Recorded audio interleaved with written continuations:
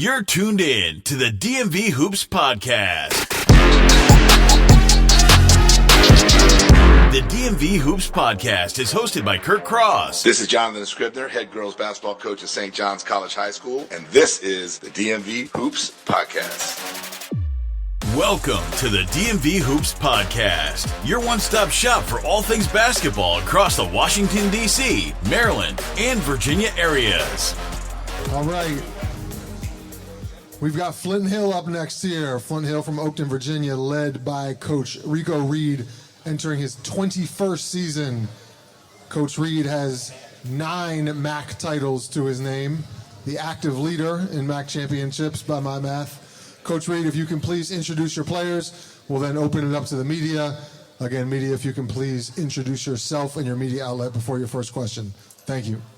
Thanks, Mark. First of all, I want to thank you and the organizers, specifically here at Spark, for putting us together and providing us with a platform to share with the DMV what we know is to be a dynamic league of peer schools that are incredibly strong academically, but have accomplished a great deal of success athletically as well.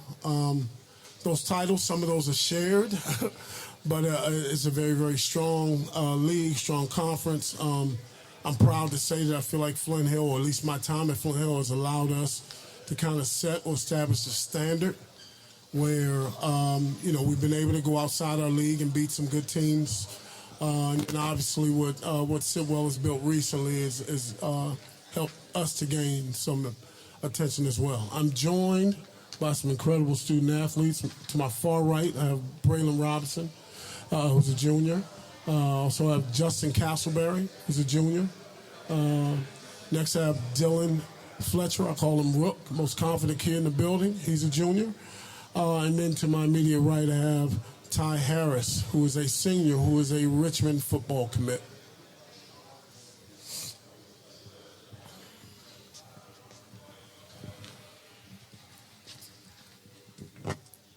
Alfonso Duckett, Who's Mizzou Network. Mr. Fletcher, your coach said you're the most confident kid in the building, so just speak about where that confidence come from and how you get that, because it's hard to have confidence sometimes, so just speak about where you get your confidence from. I think just always being kind of undersized and overlooked has led me to kind of push through and keep my confidence wherever I go, whatever I'm doing, if it's on the court or off the court. Justice Mitchell, Capital Hoops. Obviously, you guys had a lot of competitive games in Summer League. Blake Fitzgerald was a big part of that. He transferred out. Just talk about how you replace that production, how everyone takes a step up from there. I love Blake Fitzgerald, but my focus is on the kids who are on this roster. Nothing changes for us. We want to compete. It starts with that. We want to share the basketball. We want to play it the right way. We want to defend. And regardless of who's on that court next to us or who's rocking that Flint Hill jersey, you're going to see Flint Hill basketball. There's a certain way that we've played over the last few decades, and I expect us to be able to continue that. Will we look a little different? I think we will. We're going to be a little smaller. It's probably going to result in us maybe, adjusting some of our strategies and things of that nature, but nothing changes, man. As you mentioned, the Summer League, I see that as a growth opportunity. And, while some people maybe see that as maybe that measuring stick for, what projects to the season, I've seen it the other way, where teams have, thrived and performed extremely well in the summer and then maybe not performed as well during the season. So, I think our approach to that is a little different from others. But I think ultimately what I did see was that Ty Harris took over a leadership role and led us in scoring and led that league in assists, which is probably not the objective for many players nowadays. And then also the development of Dylan Fletcher is one of our top scorers, but also the other two gentlemen, Justin Castleberry and Braylon Robinson. I also want to mention that, we're going to have some sophomores this year who are going to make contributions this year. We got the Payne brothers. Amir's going to be a junior, but Caleb is a sophomore who is going to make a contribution. And I will also mention Tyler Moss, So while we're going to look different, and you may not recognize some of the names, I think we got a chance to play basketball at a high level at Flint. Gregory Loden-Coleman from Scholar Athlete Sports Network. What are some ways that you are looking to improve upon your consistency and size on the team, considering that's one of the weaknesses labeled in this media packet? All right, we're not going to use weakness, not with regards to this Flint Hill program. I think ultimately what we want to do is we talk often about playing hard and playing together. And in fact, every dead ball, every time out, we put our hands in and we say it and we mean it. Hard work defense. And that's what's going to give us an opportunity every time. We play hard, we play fast. We want to push the basketball, but we can't do those things if we don't rebound. And while size is an incredible factor, man, I mean, I've had Caduce Wahab, Noel Brown, guys who have gone on to play at a high level. But the bottom line is, we want to outwork guys. And years ago I attended a clinic led by Coach K at Duke. And I asked the question, how do you teach rebounding? What are some of the strategies? And he just flat out said, we want to outwork our opponents. And I think we qualify. I think we have an opportunity to do that regardless of what kind of size we put on the floor.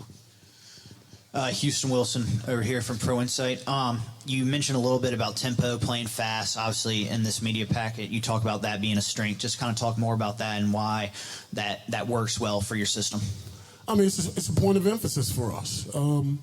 We understand, especially on the high school level, you have an opportunity every time a shot goes up to, with your will, impose that on an opponent. And we know guys, in many instances, the guy who missed the shot or made the shot may not be as focused, or a teammate may not be as happy or satisfied with what that possession looked like, and we want to take advantage of that. So we want to get it out of the net or get it off the glass and quickly get the ball in the hands of our playmakers. And we're fortunate to have Ty Harris as one of our playmakers who will give us an opportunity every night to advance the ball quickly and get a high percentage scoring opportunity.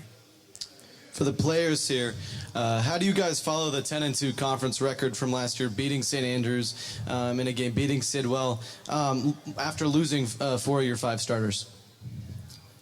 We just have to play really tough on the defensive end, pick up 94 feet.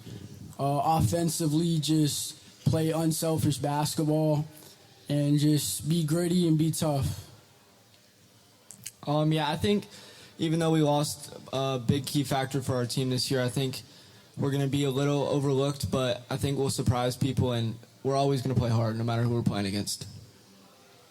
I feel like as a team, we all know we lost a lot last year, but I feel like, we hungry. They always say hungry dogs do whatever, and we starving, so we're going to do whatever it takes to win.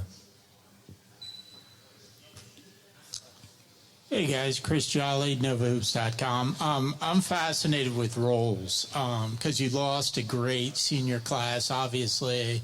Ty, you do a lot of things. Coach mentioned distributing the ball, though this year, you can do it all. Offense, defense, distributing, even rebounding with a small team.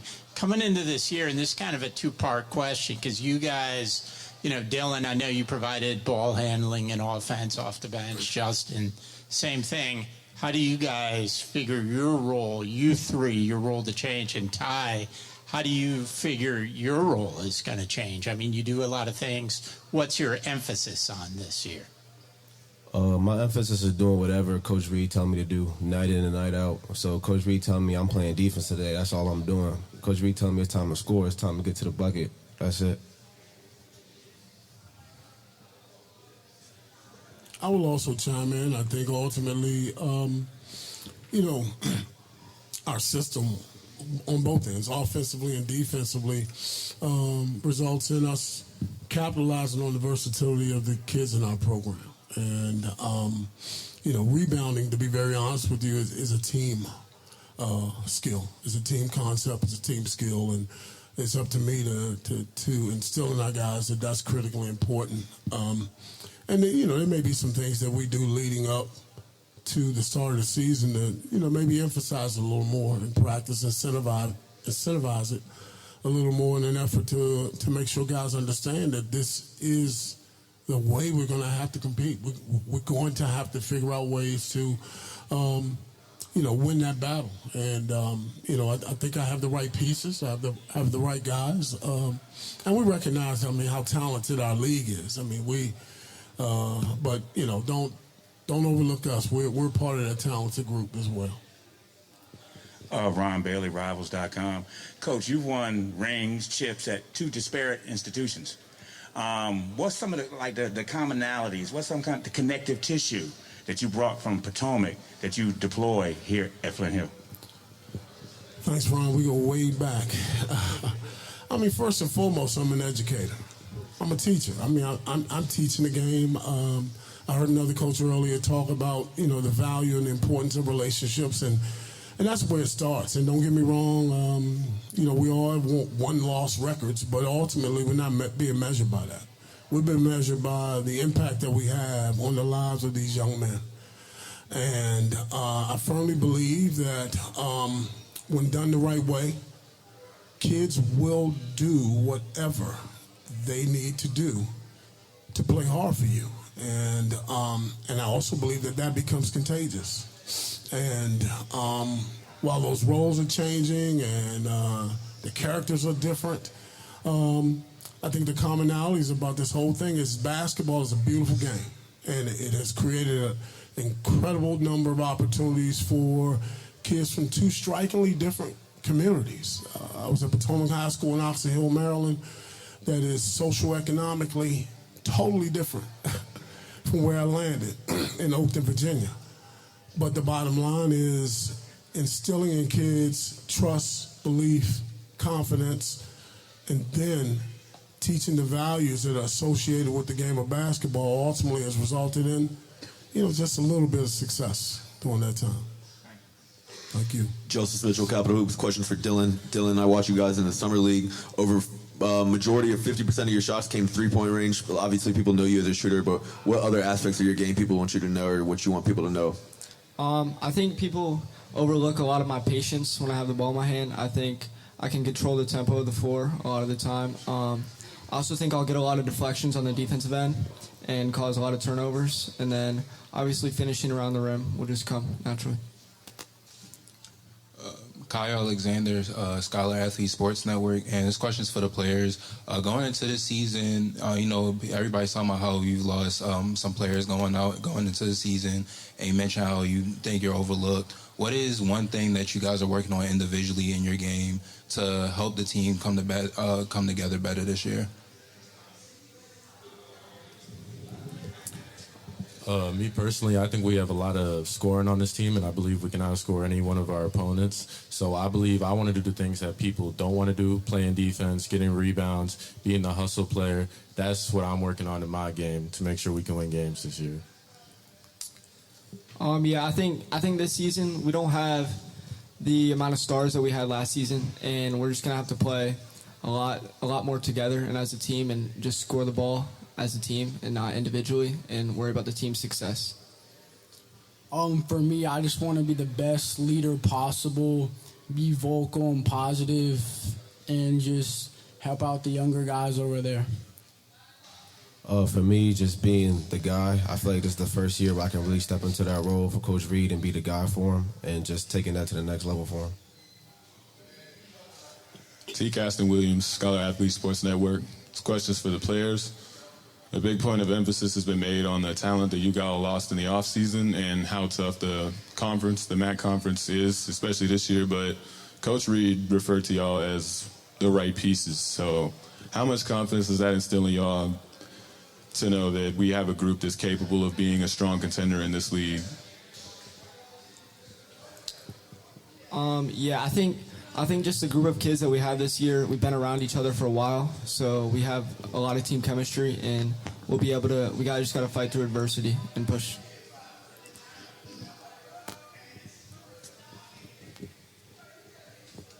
Alfonso Duckett again, Who's Mizzou Network. This question is for Coach and the players. How do you all stay motivated again, and how do you get them to buy in after coming so close to the goal last year but falling short? Great question. I think we have one of the top leagues in the DMV, and that says a lot. I've heard people say it's highly regarded as one of the top leagues in the nation. St. Andrews is stacked as far as talent. Sidwell Friends is stacked, and they are the defending champions. They are the big dogs. I think for us, understanding, and we talk a lot about the history of Flint Hill, not just the history of the school, but the history athletically. And a lot of people in this region may not know we're one of the few schools in the region with a national championship banner. So we have a chance to, see that every day we walk in our gym. And I understand that many of my guys may have individual goals, but we have team goals as well. And we're going to set those goals collectively as a unit, as a group. And it's going to be up to me to keep my guys motivated, to understand that there are no nights off in this league. I mean, even though there may be some teams that have not been as successful, it doesn't mean that we're not, properly preparing and working extremely hard. Our rival is the Potomac School, so that is a big deal to us.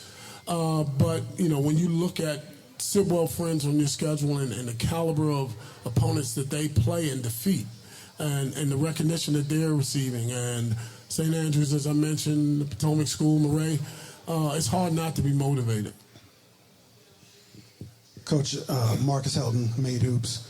We've talked about the strength of the league a couple times now. What were you guys looking for in your non-conference schedule to prepare you? I see you guys are in a couple different tournaments. What were you looking for to test yourself? I'll be honest with you. I didn't take as big of a bite out of the region as I may have in the past, but traditionally, we have always played what I consider to be a pretty tough schedule. I mean, there have been conversations for years about the merger or the possible merger of the MAC and IAC. But the interesting thing is that we've played Bullis, we've played Prep, we played Episcopal, we played St. Stephen's, we played Landon, we played St. Almas, we played all of those teams almost annually, and we've defeated those teams representing the MAC. And then obviously we have the MAC IAC Challenge, which is significant. Were there some other opportunities out there that maybe I looked away from? I would say yes, because I think with us having a different makeup and having, as you mentioned, losing 4 out of 5 starters from last year, I wanted to make sure that we had some opportunities where we can gain some confidence and possibly put ourselves in position to be better prepared in January than we were in December, and obviously better prepared in February after those quality experiences. This one's for Coach Reed, Aaron Proy with Prep Hoops Maryland. You've done a great job developing leaders over the years. Talk about what goes into identifying and fostering the leadership traits within those gentlemen, and also speak on the different expectations and standards that you have for those leaders on each year's team. Excellent question. I think ultimately, it starts with me. It is my hope that I am the best example of a man that I could possibly be for these gentlemen that I have a chance to coach. But I think what's also critically important is that this is bigger than basketball. And to allow myself to be vulnerable in the presence of those guys, to make sure that they understand that there are expectations and standards that were in place long before they put on a Flint Hill uniform. And to refer to some of those examples. Periodically, some of those living trophies come back to school, come back to the gym, and we make sure that our kids have an opportunity to have a healthy exchange and things of that nature. But then I think it's also important for me to develop a relationship with these guys. I can't treat them all the same. I can't. I got to get to know them. I got to understand, how I'm going to either applaud or admonish a Ty Harris in a very, very heated situation. That might not result in me having that same type of exchange with a Dylan Fletcher in that situation. But most importantly, Aaron, I think it starts with respect being at the foundation of it all. and understanding that these guys have to trust and believe my methods, my thoughts, and my actions.